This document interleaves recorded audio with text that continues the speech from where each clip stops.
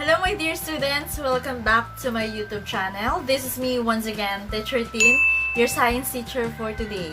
Kung bago ko pa lang sa channel na ito, please consider subscribing. Please subscribe, like, and hit the notification bell for more updates in Science 7.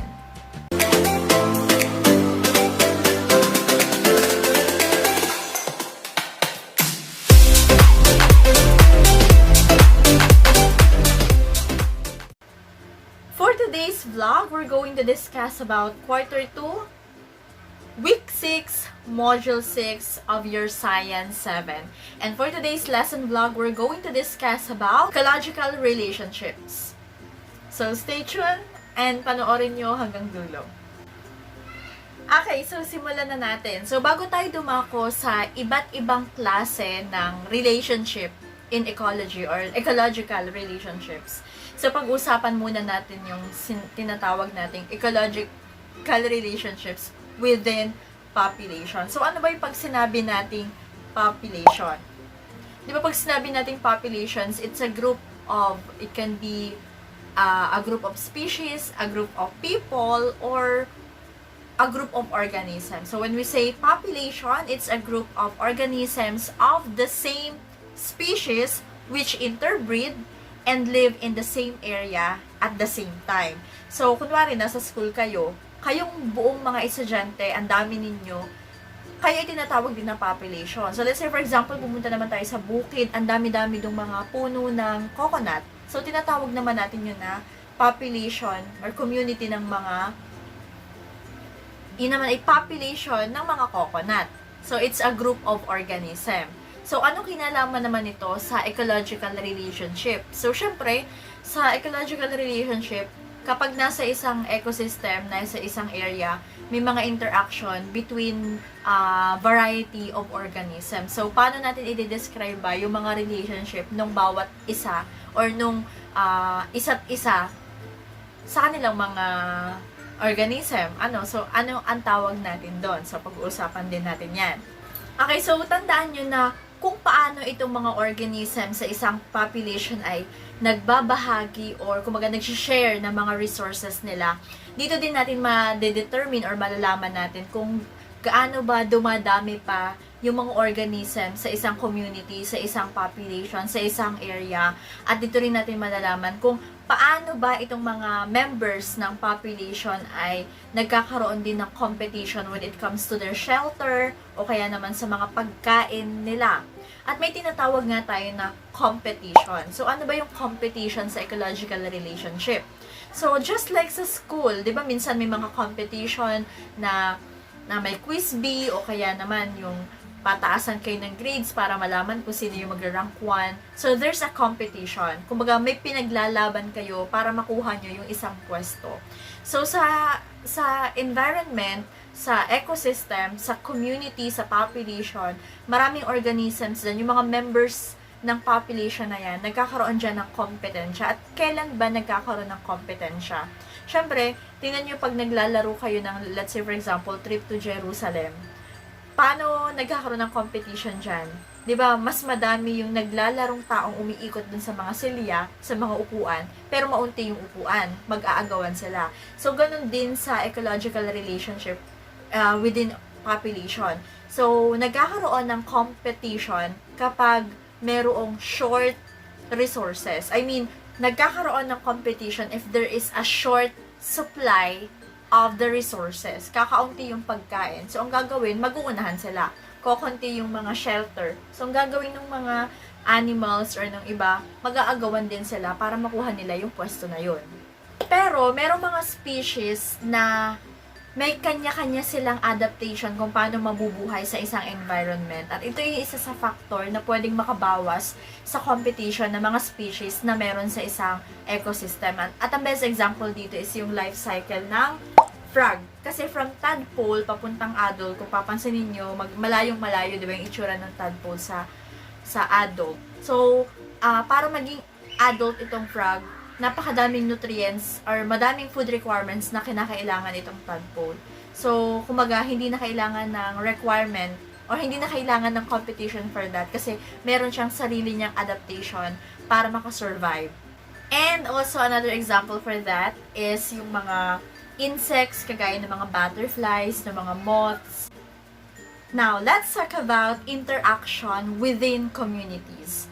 So, tandaan natin na no species live independently. So, parang katulad lang din yan ng no man is an island. So, hindi naman talaga kayang magsolo lang ng isang organism. Kahit ang tao, hindi natin kaya na mag-isa lang tayo sa isang lugar, as in no interaction at all with others, hindi natin kaya yon. So, just like in a population, so population is made up of individuals. Hindi siya matatawag na population kung iisa lang siya, di ba? So, there are several different populations that make up a biological community. So, sabi ko nga sa inyo, hindi siya matuturing na isang population kung iisa lang yan. Okay, so when we have this term biological community, and when we say biological community, it is made up of interacting populations in a certain area at a certain time or at a specific time. Okay, example is this one, community of flowers made up of different species of flowers in a grassland. So makikita nyo iba't ibang klase ng halaman yan, ng uri ng bulaklak, ayan. And another example is this one, forest of trees. So sa forest, iba't ibang klase ng puno ang makikita natin dyan. And also the undergrowth plants inhabited by animals. Yan, this one.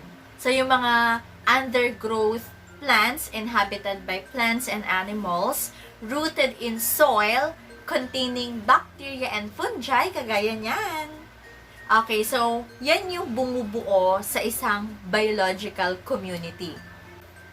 Okay, and always remember that a change in one population in a community may cause changes in other population. Ano ibig sabihin nito? So, para bang kapag dumami ang population ng isang organism, so pwedeng mag-decrease naman yung number ng population ng another organism. So, let's say for example, sa bahay nyo, napakadami yung pusa, ang dami yung alagang pusa. So, nanganak pa yung mga alaga niyong pusa, dumami na naman. Ngayon, sa pagdami ng mga alaga niyong pusa, pwede namang mag-decrease yung mga bubwit sa inyong bahay, yung mga daga, yung mga rats. Syempre, kasi pag nakita niyo ng mga pusa ninyo, kakainin na, hahablutin, and nawawala. So, kumbaga, ito yung sinasabi natin na a change in one population in a community can cause changes in other population. So, para din yung, example din dito ay population of mouse eating hawks. Okay, pag nag-increase siya ng slightly, pwede namang yung mga mice, yung population ng mice ay mag-decrease naman. Kasi marami na yung kakain nito. So, bababa naman itong mga kinain na mice. And other changes also might affect, other changes might be more extreme. So, let's say for example, as when the size of the population now is so large, so, nakaka-apekto naman to sa food supply. Ang dami-daming kailangan pakainin. Ang unti naman nung kakainin. So, ayun. So, sa pagdami ng population, umuunti din yung supply ng pagkain or ng mga resources. Now, let's talk about organisms in our ecosystem. So, may mga special birds na gumagawa sila ng tahanan nila or tirahan doon sa mga fruit-bearing tree. So, sa mga fruit-bearing tree na to, dito na sila naghahanap ng pagkain o kaya naman ay iniiwasan nila yung mga kaaway nila or dito na sila nagre-reproduce. Dito sila nagpapadami. So, ang tawag dito sa fruit-bearing tree na ginawa nilang tahanan, ito yung tinatawag natin na habitat. So, when we say habitat, that is the place when organisms live out its life. Okay, so, meron din namang mga habitat na nasa lawn. Okay, yung nasa, bottom ng lake, nasa ilalim ng lake. Andun yung mga fishes and other living organisms. So, meron din naman nasa forest. Ito yung nagiging habitat, lalo na ng mga wild animals.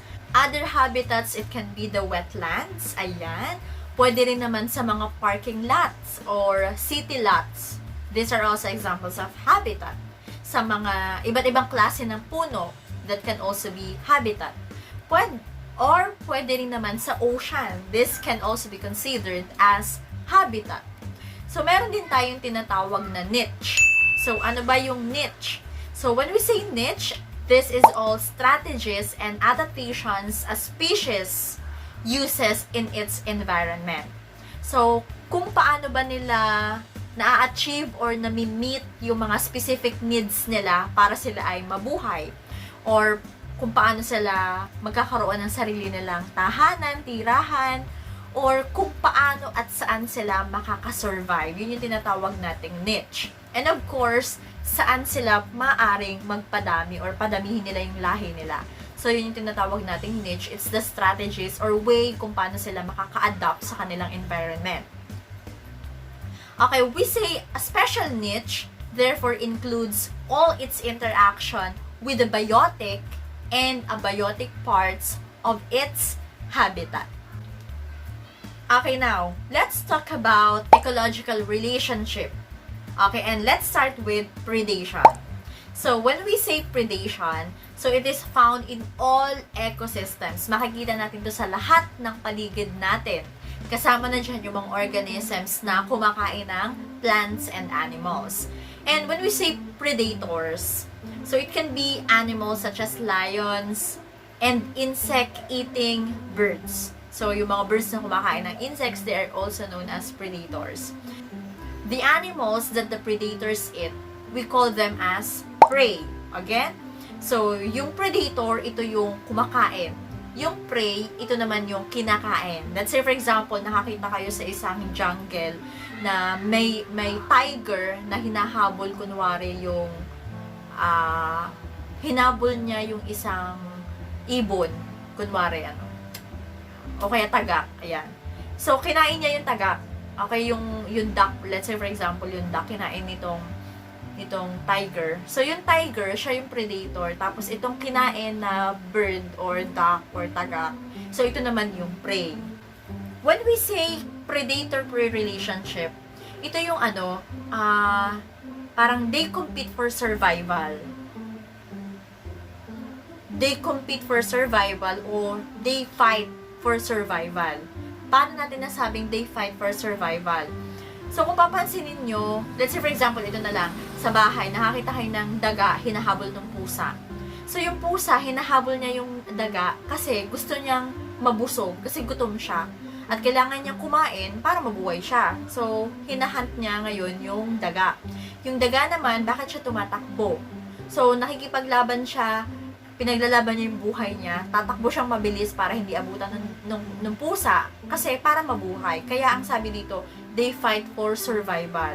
Okay, meron namang mga relationship na there is a close and permanent association between the two. Okay, at ang tawag natin doon is symbiosis. So, kung narinig niyo na yung salitang symbiosis, it's like the give and take relationship. Kumbaga, binigyan mo, tumanggap ka, o kaya naman tumanggap ka, binigyan mo. So, parehas kayong nag-benefit sa isa't isa. There's a give and take relationship. And when we say symbiosis, it means living together. So, you live together and you benefit from each other, nagbibigayan kayo. And this kind of symbiosis are the following. We have the mutualism, commensalism, and we also have the parasitism. So, i-discuss natin yan isa-isa. Okay, so let's start with mutualism. So, from the word itself, mutual, di ba pag sinabing, uy, may mutual understanding kami, ibig sabihin, nagkakaunawaan kayong dalawa. So, sa ecological relationship, kapag yung dalawang organism ay sinabi natin, there's a mutualism, okay, they are mutual, mutualism ang tawag sa relationship nila, ibig sabihin, they benefit from one another. Okay, so, ibig sabihin, sa mutualism, it's a symbiotic relationship in which both species benefit with each other. Okay, let's say for example, ant and acacia tree. So, kung papansinin nyo, yung acacia tree, ang dami niyang ants. So, bakit kaya? Paano sila nagbe-benefit sa isa't isa? So, yung ants, nandun siya sa acacia kasi ang tinatrabaho niya doon is para protektahan yung acacia na hindi siya dapuan ng ibang animals para kainin yung kung anong meron sa acacia. Let's say, for example, may prutas yung acacia, kunwari, or yung leaves, kunwari. So, may mga iba dyan na target nila itong kung anong meron sa acacia. So, pinoprotektahan niya yung acacia. How about sa acacia? Ano naman yung nabe-benefit ng ants sa kanya? Yung acacia, siya naman yung nagpo-provide ng food and nagpo-provide siya ng nectar at syempre tirahan ng mga ants. So, parehas lang silang nagbe-benefit. Another example, this one. Yan. Kung itong nakikita nyo is bee. So, nandun siya sa ibabaw ng bulaklak. Ano naman, paano siya naging mutualism? They are mutual in the sense na yung bee, paano siya nagbe-benefit? Kinakain niya. Or, ayan, oo nga, it serve as its food para siya'y mabuhay. Ayan, kasi may mga nectar dyan. And paano naman nakikinabang yung bulaklak? Kasi 'di ba, para mag-reproduce ang mga bulaklak, may mga bulaklak na sexual reproduction. So, yung mga pollen grains ay dinadala nito mga bees. 'Di ba napag-aralan natin 'yan dun sa ating previous vlog. So, yun, kumbaga there is a mutual understanding between the two organisms, and that is what we call the mutualism. Okay, another example is we have the commensalism.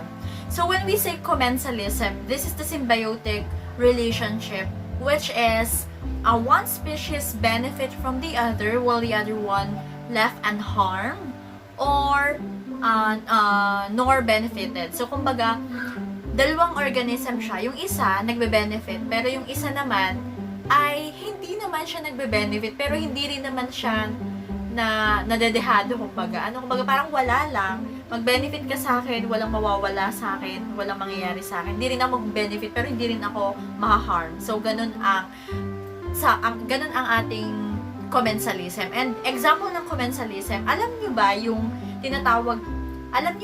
tinatawag nating Spanish moss? So, this one. Yan. So, kung papansinin nyo, this is a kind of flowering plant that drape itself on the branches of trees. So, dun sa branches of tree, hindi naman nabubulok yung branches of trees dahil dito sa mga flowering plant na to. So, kumbaga, nagbe-benefit yung flowering plant, pero wala namang nangyayari dito sa branches of trees. Ang mga examples din ng commensalism, yan sa mga orchids, sa ferns, sa mosses, and other plants that sometimes grow on the branches of trees or they grow on larger plant pero hindi naman na-affect. And we also have this parasitism. So, ito naman, kabaliktaran siya ng commensalism. So, sa parasitism, this is a kind of symbiotic relationship wherein nakikinabang yung isa habang yung isa naman ay nadadamage or nahaharm. So, let's say for example, yung mga kuto, that is another kind of parasitism. So, ang parasitism, meron siyang dalawang uri. The endoparasite and the ectoparasite. Okay, when we say endoparasites, so this is a kind of parasitism in which these organisms live on the surface, on the body surface of the living host. So, let's say for example, yan mga mga ticks, fleas, leeches, and lice. Kuto, lisa, di ba? Andito lang siya sa buhok natin, sa buhok ninyo. Yan. Yung mga linta na dumidikit din naman sa mga katawan natin na sumisip-sip ng dugo. Yan. Ang lamok, that is also an example of parasitism. So, pag dumapo sa'yo, ayan, nasa body surface mo lang siya, na pwede siyang mag-cause din naman ng mga diseases. And yung tinatawag naman natin na ectoparasite, it can either be intercellular or intracellular. Anong pagkakaiba? Pag sinabi nating intercellular, this one, so it's inhabiting spaces in the host body. And yung intracellular naman, so this is inhabiting cells in the host body.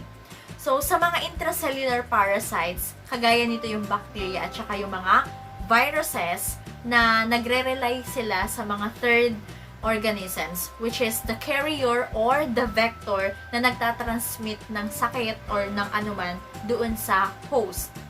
Ngayon, kagaya ng malaria. Malaria is an example of disease, which caused by protozoan of the genus Plasmodium, which is transmitted to humans by the bite of Anopheles mosquito Okay, this is an example of interaction. Yung natatransmit, yung may sakit na itong lamok na to, so pag nakagat ka niya, so natransmit sa'yo na-transfer sa'yo, so which can cause malaria.